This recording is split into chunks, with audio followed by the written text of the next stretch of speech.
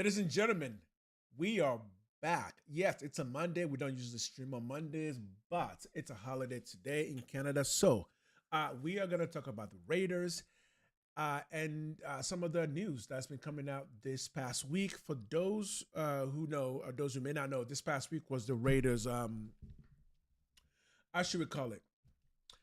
This past week was the Raiders' official unveiling of the new additions to the team to the NFL world.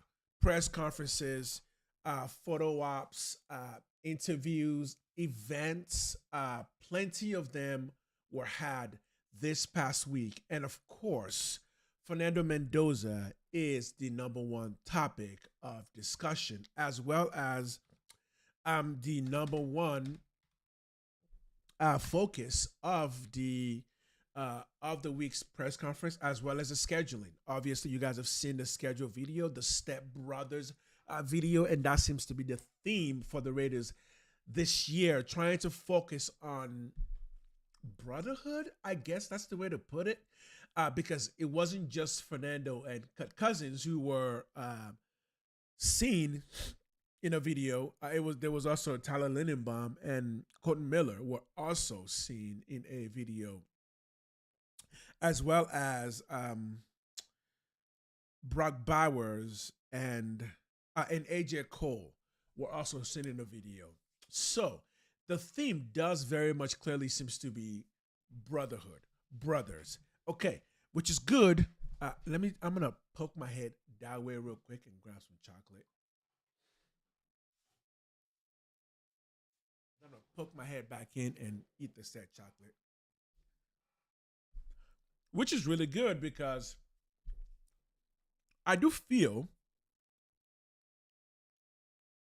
that right now is a good time to send a message of brothers, a brotherhood. Namely because we do have Fernando Mendoza now. And yeah, if you know football, if you know sports, you do know that every team kind of needs that one person to rally around. And in football, that one person is generally going to be a quarterback.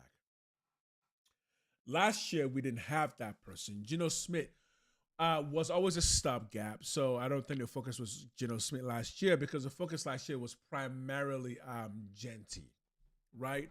But this year, given that we have Fernando Mendoza, I think they had a more big focus and vision for what they want the team to look like and feel like going forward. So yeah, the conferences happened. I believe Cut Cousins and Fernando Mendoza appeared in the video, as well as a few events around the nation. I believe definitely Nevada, but it's Nevada. Yeah, Nevada, Las Vegas, definitely Las Vegas, but I think also around the nation. That was about it on that. One few things that I'm noticing when I am looking at Fernando Mendoza, and I've been telling people this, just how much bigger he is than everybody else. Let me see if we can pull up some pictures.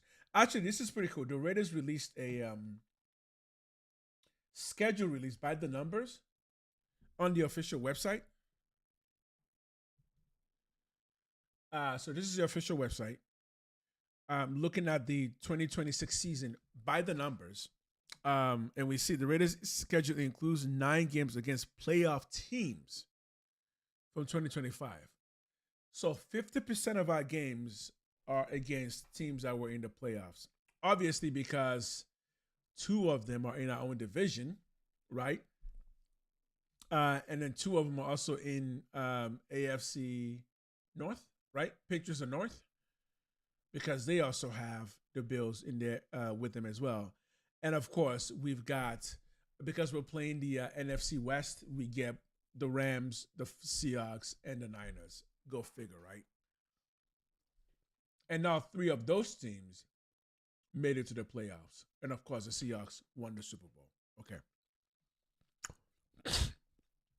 72 wins, most all-time wins against a 2026 opponent. 72 wins against the Broncos. Yeah, makes sense.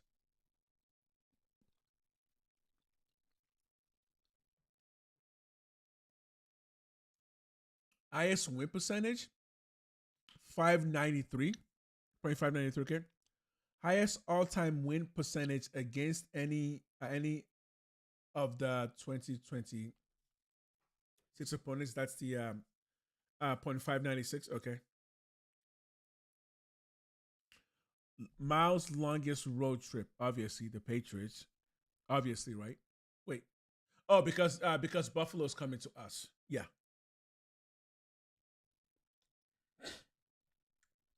21,099 miles travel.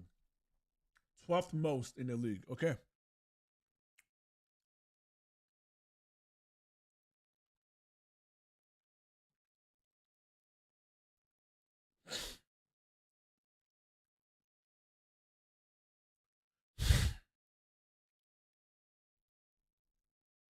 Together, we go places. I think that's about it on the news there. I can't really think of anything else. I wanted to show my face here today just to kind of put something out there. Real quick. Good morning football.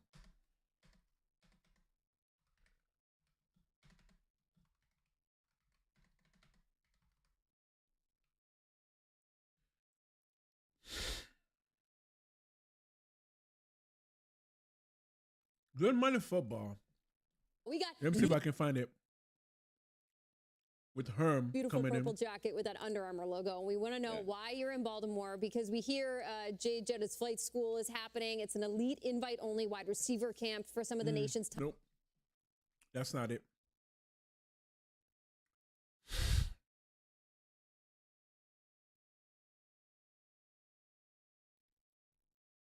All right, this is what I was looking for. So this is where Herm The Raiders said are about the Fernando Mendoza. They're with the patch on their eye. You know, when they come and when they used to come to your town, you go, hide, you lock the doors. The Raiders are coming. The black hole. And so they need to be relevant. They got a quarterback that's young, and I get it. People say, well, So on that point, he's correct. The Raiders need to be relevant because yes. Oh, yo, Vente, what's up, my man?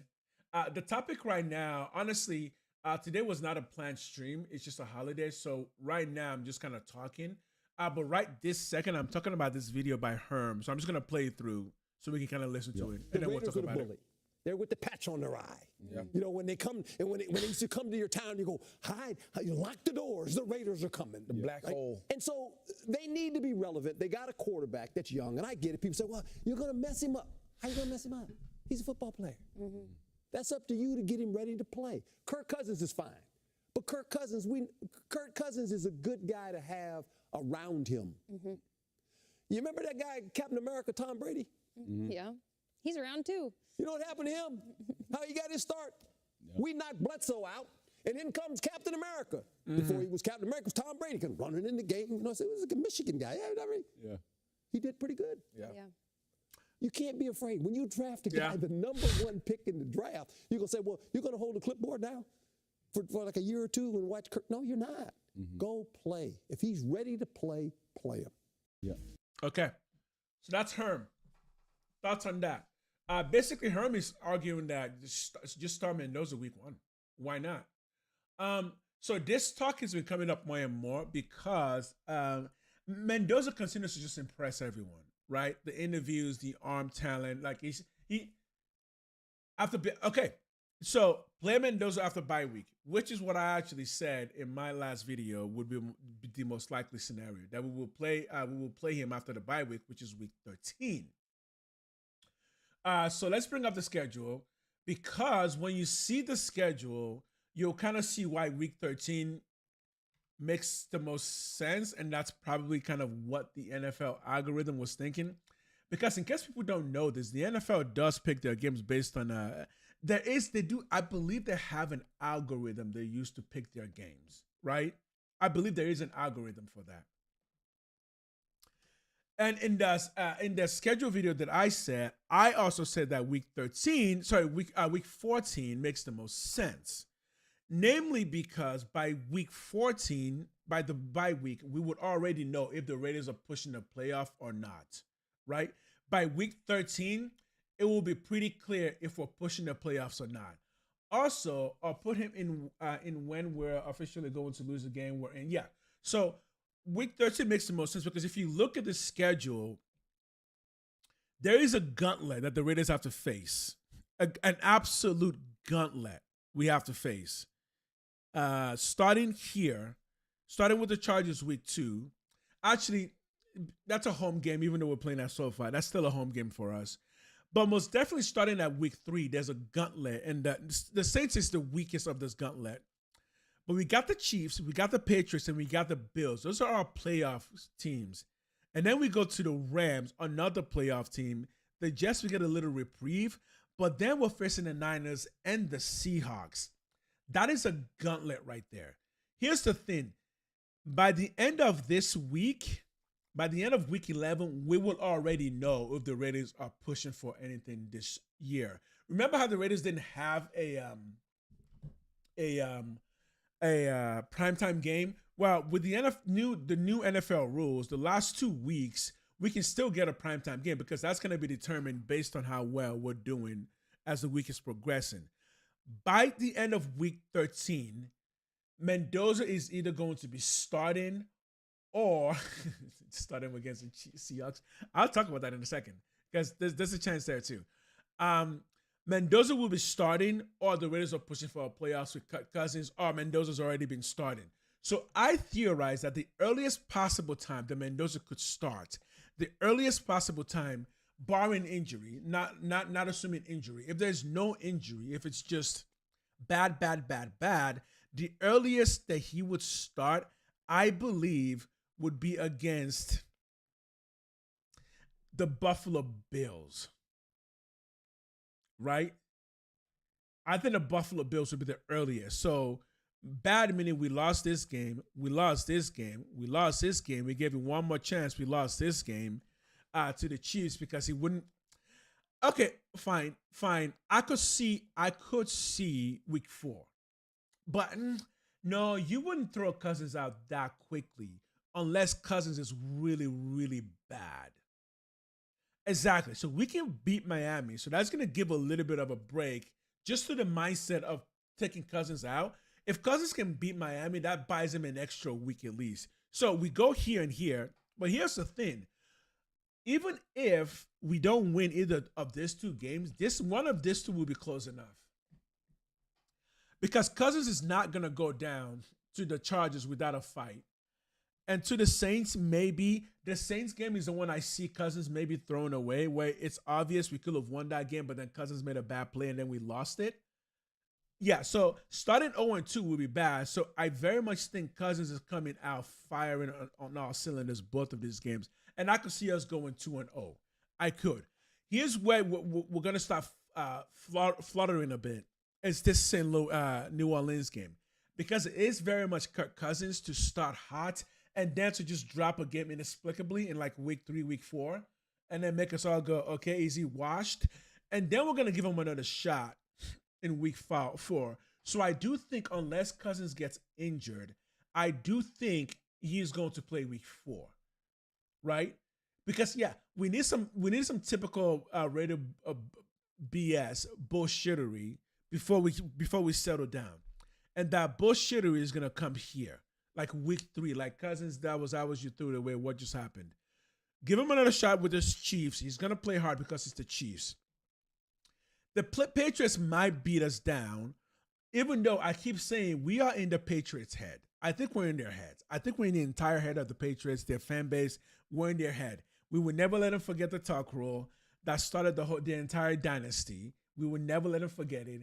And making matters worse or better for us, depending on how you look at it, we also now have their golden boy, who we graciously awarded the talk rule. So we're in their heads. I can see you just clubbering them for no reason at all, other than the fact that we're in their heads. Sorry, we're just in their heads. Okay. Here's the thing. Week 6, Buffalo is also known for dropping games they have no reason dropping. Like Buffalo is especially known for dropping games they have no business dropping. Buffalo will just straight up drop a game against a team they should easily defeat. And unless the Raiders are firing on all cylinders, the Buffalo Bills should easily beat a Kirk Cousins rated team, but they may drop that. Seahawks, would we start Fernando Mendoza? We would, because we're coming back home. I mean, think about this though, Venti. We might beat the Bills because the Bills just drop games. The Bills will drop a game they have no business dropping. Every year they would drop multiple games they have no business dropping. Here's the thing though, Venti. Check this out. What if we start in week 9 against the Niners in the Bay? Right? What better homage would you pay to the NFL, to the Oakland fans, and to the Bay than to start the franchise quarterback first game in the Bay, and then he comes back home to see to Allegiant against the world champs? Oh, I absolutely think we can win a lot more than we think, dude. Again, there's a reason the NFL. The NFL does pick their schedules based on an algorithm, and there's a reason why I would think a team like us has such a gauntlet to begin with. Because again, by week 13, it's either we're playing primetime games at the end of the season, because the Raiders, it wouldn't even take long for the Raiders to be awarded a primetime game. They just have to be hot. They either just have to be hot or Mendoza has to be hot, right? If Mendoza's starting by the end of the bye week and he's hot, I could even see us getting a primetime game if we're playing against a team that's already in the playoffs, right? Because remember this, all these games, this is why to be determined. This can be a primetime game. This might not, depending on how well they're doing. I don't think the Cardinals will be doing well. But again, the Tennessee Titans, guys, this could be a primetime game. There are some games that could easily move around depending on how the Raiders are doing. And that's going to depend on when Fernando Mendoza is started. I really do. I think it really depends on when it's started. Because again, if we're playing against the Chiefs and the Chiefs haven't locked down a playoff spot in the very last game, and Mendoza's starting for the Raiders, that's going to be a primetime game for sure, right? Yeah, exactly. If Mendoza starts in week 16 versus the Titans, that's going to be a primetime game. Cam Ward, week 2, season 2 guy, and Fernando Mendoza. There was a whole battle about who was the best coming out of them. If both of them have a meaningful game, this would be flexed to a primetime game, right? So there's a ton of opportunities here. That's why I love this schedule. I think this is a great schedule for the Raiders. I really do. Namely because, you know what? I know you're gonna agree with this, Venti, but I want to know by week 5 if Cousins is for real or not, right? I want to know. I said the NFL, don't wait on that. Thank you for this gauntlet. Fine. The Dolphins, not a gauntlet. Fine, we'll take the Dolphins. But starting from week 2, no, we got some pretty serious games. Yeah, I want to know by week 5 if Cousins is for real or not. Oh, Kurt is real. Oh, he's real. The question is, are you more real than a 22-year-old rookie quarterback? I think Mendoza's 22. I literally just made that age up. I think he's 22. I just made that age up. Kirk Cousins is for real. And and that's why I say I think there's a good plan for Kirk Cousins here that doesn't necessarily end with him leaving the team after 1 year. Namely because Kirk Cousins is for real. We can actually trade him. We have him under contract for the next, for the next 5 years. We're only paying him for the next 2 years, but we got him under contract for the next 5 years, I think. If Kirk Cousins actually balls out, yeah, we can trade him at the end of the season. Oh, yeah, right? If Mendoza can adapt to the NFL, then he will be better than Kirk. Exactly. Because I've already alluded to this on several occasions that when you look at Kirk Cousins and Mendoza, Mendoza, for one, is much bigger than Kirk is. Much bigger than Kirk is. In football terms. We're not talking like giant difference, but in football terms, I'm trying to find that picture. That difference is big enough. And I do think that size is going to matter. Nope, I don't want to purchase it. So I'm trying to find. So when we look at this,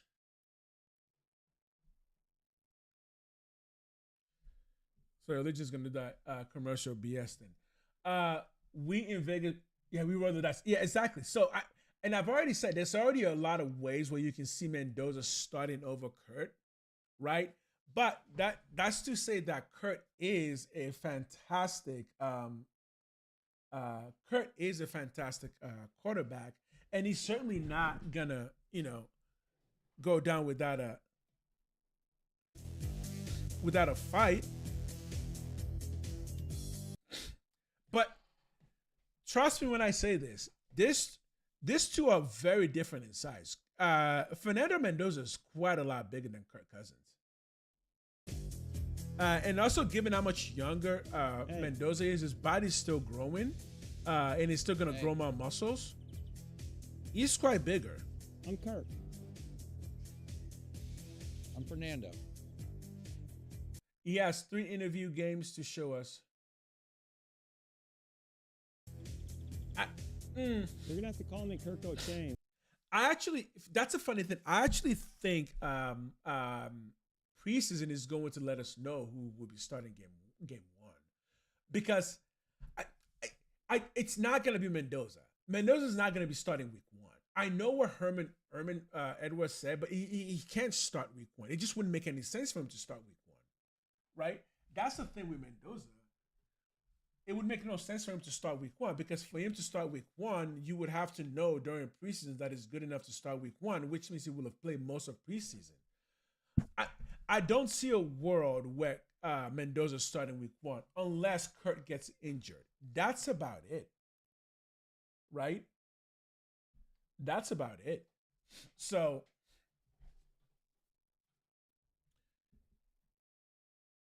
yeah, exactly. So I think Kurt gets at least 4 solid games. I don't see him not getting at least 4 games. And if we're looking at the schedule again, yeah, 4 games is about the point where you'll kind of know which Kirk Cousins we get. Exactly. He's gonna play most of preseason. Hopefully ball out. Even if he doesn't ball out, I'm gonna tell Raider Nation, don't panic. Even if he doesn't ball out, but hopefully he's gonna ball out for us. But I can see him balling out, and also because Here's the thing, though. What if Mendoza doesn't play that much preseason? Because if Mendoza's playing a ton of preseason, that means the first team guys aren't out there. And again, the big thing with Mendoza is we got to make sure he doesn't get injured. I think Aiden O'Connell plays most of preseason.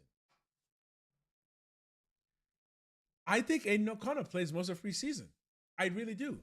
I think when Mendoza gets out there, I think Mendoza is going to get out there with first team guys.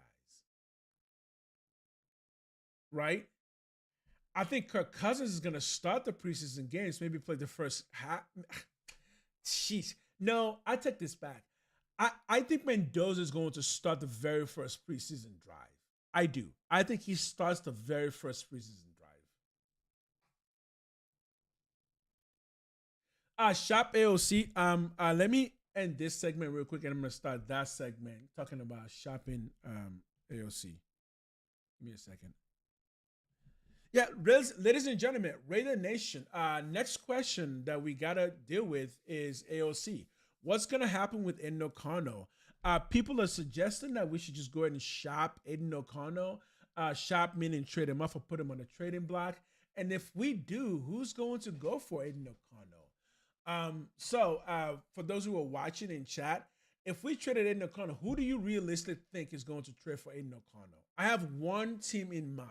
Who do you think will realistically trade for Aiden O'Connell? And we're getting a 7th, right? We're getting a 7th round for Aiden O'Connell. We're not getting a 6th.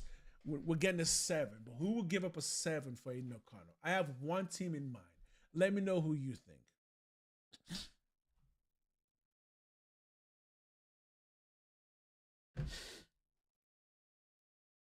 The team that I'm thinking, the team that I'm thinking of, after one person in chat gives their name, I'll give mine. I'm thinking of only one team.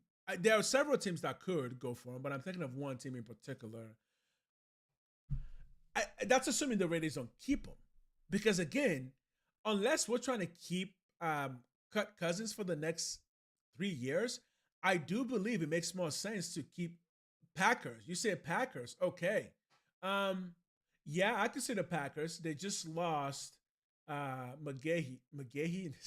His name's not McGahee. Willis, right? Something like that. Willis. I was thinking the Patriots. I was Louis McGahee just straight up came to my mind. Louis McGahee was a very good running back, right? Running back. Louis McGahee was a running back, right? For the Buffalo Bills, I believe. Yeah, he was a running back for the Buffalo Bills, I believe.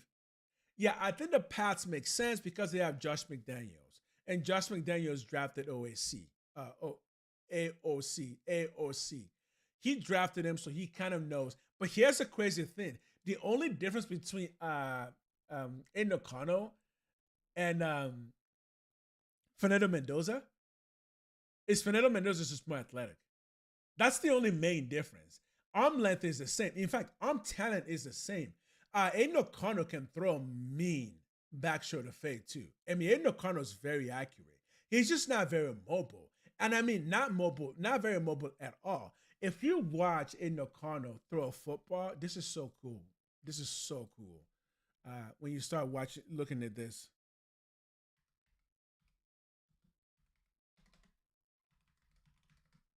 If you watch Aiden O'Connell play football.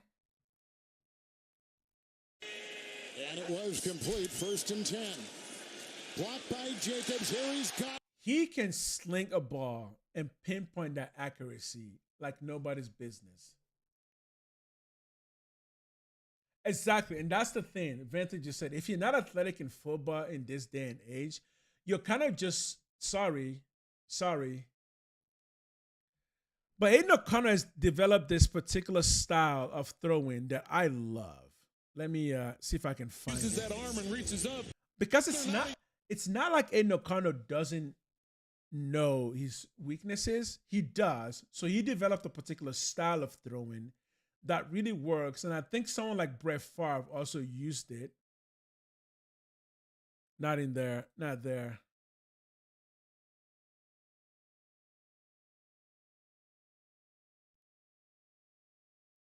Let me give you one when he doesn't have time to throw. Because it is very particular. It is a very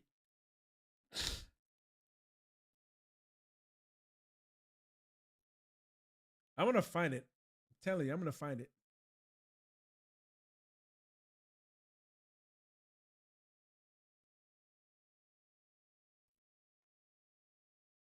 Maybe I won't find it. Or maybe he just started doing it in the past year. Ain't no kind of play last year, right? Did he get in last year?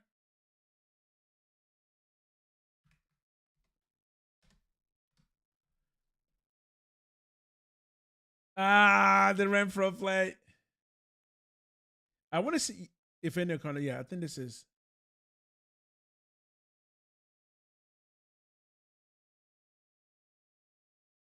Okay. So this is what Aiden O'Connell's really good at. He has his style. So Aiden O'Connell, it knows he's slow. And the biggest thing for him is protecting himself. So he has his style where the moment he throws the ball, he's already ducking his head downward to take a potential hit. So what's so good about Aiden O'Connell is, you see, he's in a weird position here, but he has such good accuracy. That ball is just there. That football knows what to do. Once that football leaves in O'Connell's hands, it just knows what to do. Because he just has a really good vision and accuracy that by the time he throws a ball, he's already docking himself and blocking his body off because he knows he's going to get hit because he doesn't have a lot of speed. So again, Aiden O'Connell isn't just like slow and doesn't know what to do with his body. No, he does. It's just that, yeah, unless you can like go, you are going to be limited. So again, Aiden O'Connell and Fernando Mendoza are the same size. I think Aiden O'Connell is like 6'5", 225, just like Fernando. Fernando's just considerably faster, like a lot faster than Aiden O'Connell. Decision making is the same. Aiden O'Connor is an excellent decision maker. He knows the game of football, and he ducks his body well. I'm going to see if I can see a better. One of the most shocking things last year was watching Kenneth Pickett play, because I realized just how bad of a player Kenneth Pickett was. Oh my God, it was so frustrating watching Kenneth Pickett play football. It was just so frustrating.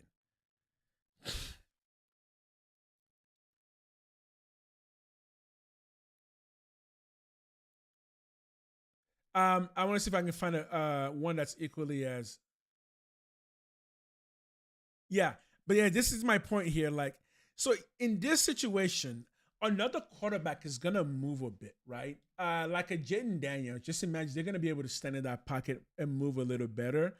But Aiden O'Connor knows he can't do that, so he doesn't try to dance around in the pocket. What he does, he gets in a good position. His feet, his angles here are so bad right now. Nothing, right? He's not gonna run because he doesn't have that ability. If he was someone like a Jaden Daniels, he could run between 74 and 58 and maybe get some yards, but he knows he can't do that. So he sets his feet really quickly and just chucks this ball, right? He's going to go set, chuck it. I'm ready for and look at that pass. I'm sorry. Not a lot of NFL quarterbacks, well, that is a play that top NFL quarterbacks make. So Aiden O'Connor can make that. He just can't make much of anything else if it comes to running away from defenders. That's Aiden O'Connor's biggest flaw, right? But so back to the point there, in that there's no reason to necessarily say we're going to trade away Aiden O'Connor, because he's not a bad quarterback. He's just going to be a lifelong backup quarterback. And honestly, if you're going to have a lifelong backup quarterback, maybe having somebody who doesn't give you speed but gives you the same type of passes your main quarterback will make, maybe that's a better option to go, right? Because it's not like Kubiak wants fast quarterback, right? Kubiak has not shown that he prefers quarterbacks who can move. He doesn't really need that because he prefers a play action game, right?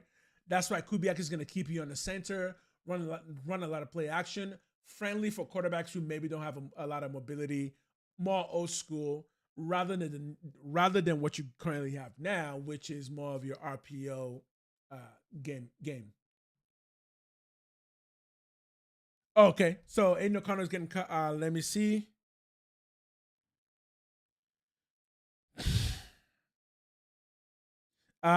If he's getting cut, that means they can find somebody to take his place, right?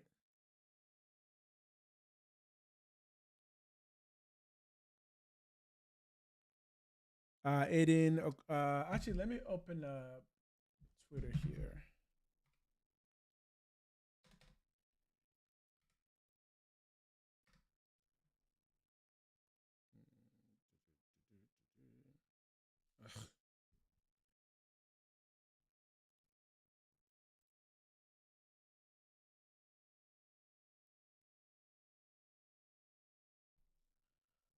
Let me see if I can find. Oh my word. Okay, that's not working either. Screw that.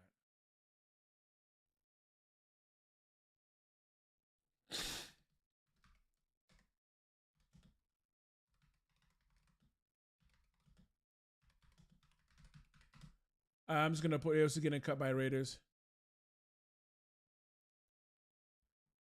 A whole new world. Well, people are saying yes, he will be cut. Will Aiden O'Connor still be on the Raiders? This is what I'm seeing. Week 1. Okay. Blitzer Report names him as cut candidate. Okay, yeah, that makes sense. Okay. Blitzer. And that does make sense because the Raiders did draft other quarterbacks as well. Right?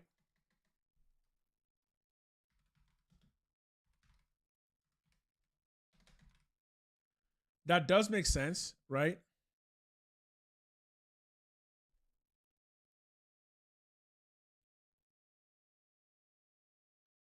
So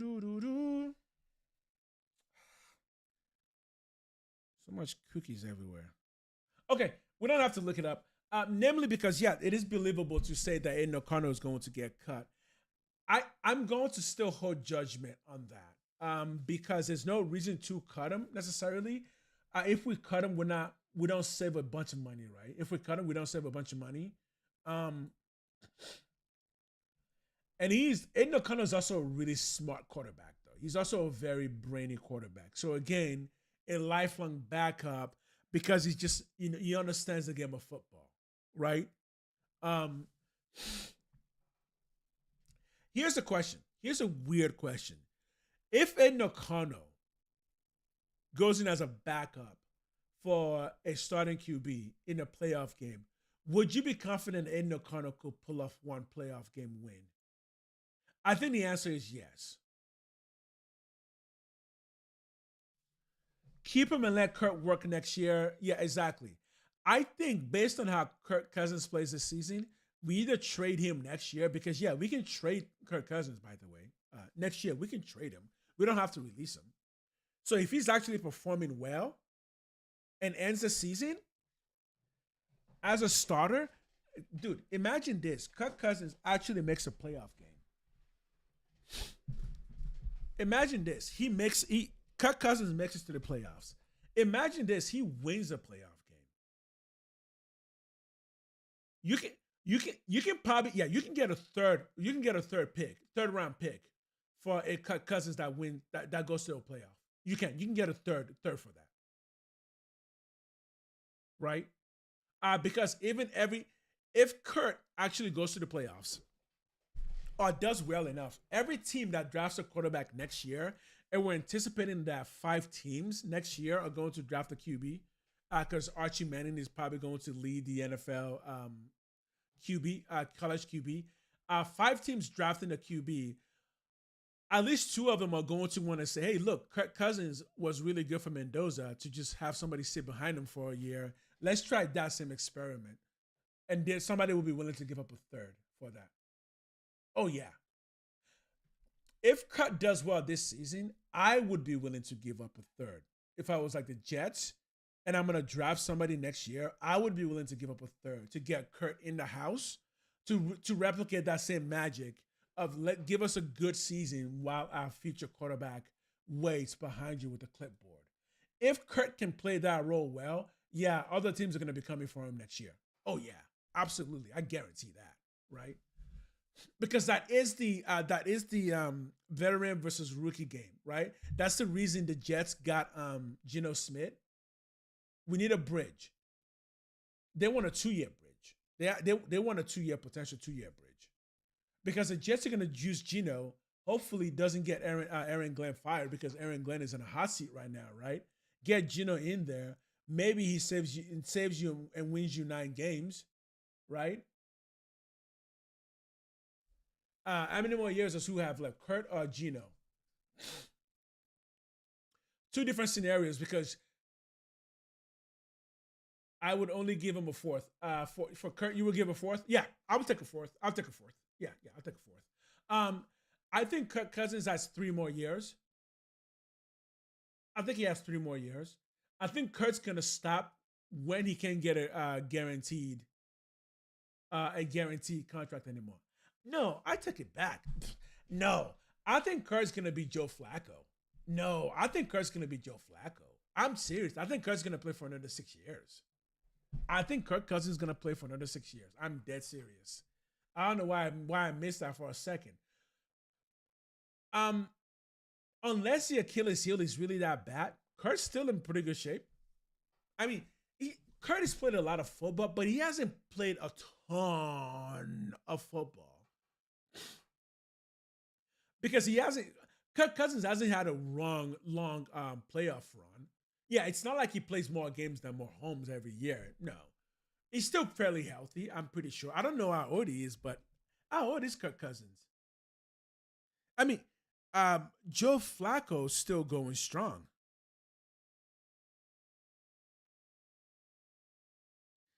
I think given how much money Kirk Cousins is making and how much all of his contracts are guaranteed, I think he would be okay with keep going with that system for the next 5 years for any team that just needs a good, established, smart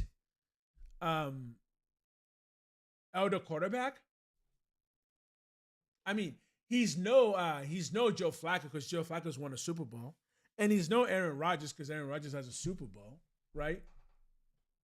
Yeah, but he can still move. He still has good arm. I think Kirk Cousins can play another 6 years if he wants to. How old is he right now? I think it's 35, if I'm not mistaken.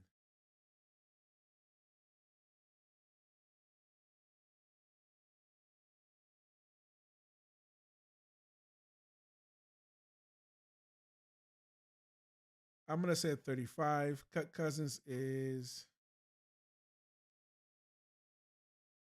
Oh, he's 37. 38 when this is. Yeah, he's 38. 2 seasons, 40. 4 seasons, 42. Yeah, I could see. Okay, I'll settle on 4. I'll settle on 4 seasons. 4 more seasons. So around the age of 42. After this season, he might go to another team, and then he'll kind of get called in when somebody gets injured. Right?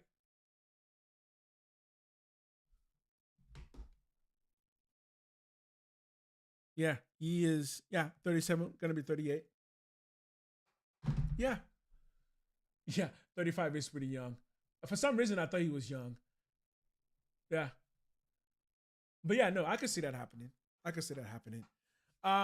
Okay. That will actually be the end of stream today. That's going to be the end of stream. I'm not playing anything today because it's a holiday. The boys should be waking up pretty soon to go and play. So, Venti, thank you for joining us. For everybody else who was joining us after the stream, thank you so much.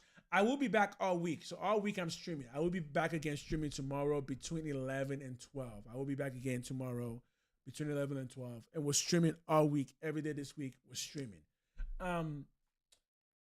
Yeah, tomorrow, I don't know what the topic is yet, but I think I want to do another rookie breakdown. Probably Malachi Benson. I think I want to do a Malachi Benson breakdown tomorrow. Yeah, Kirk Cousins looks 35 because he's got so much money in his pocket, from all those deals he keeps getting guaranteed to him. That'll be the end of the stream. Thank you for watching. If you're watching after the stream, hit the like, hit the subscribe. Venti, like I said, I will be back again tomorrow, and I will be back streaming all week, unless my son is sick or something. But yeah, thank you so much. Have a wonderful day. God bless. Adios. Go Raiders.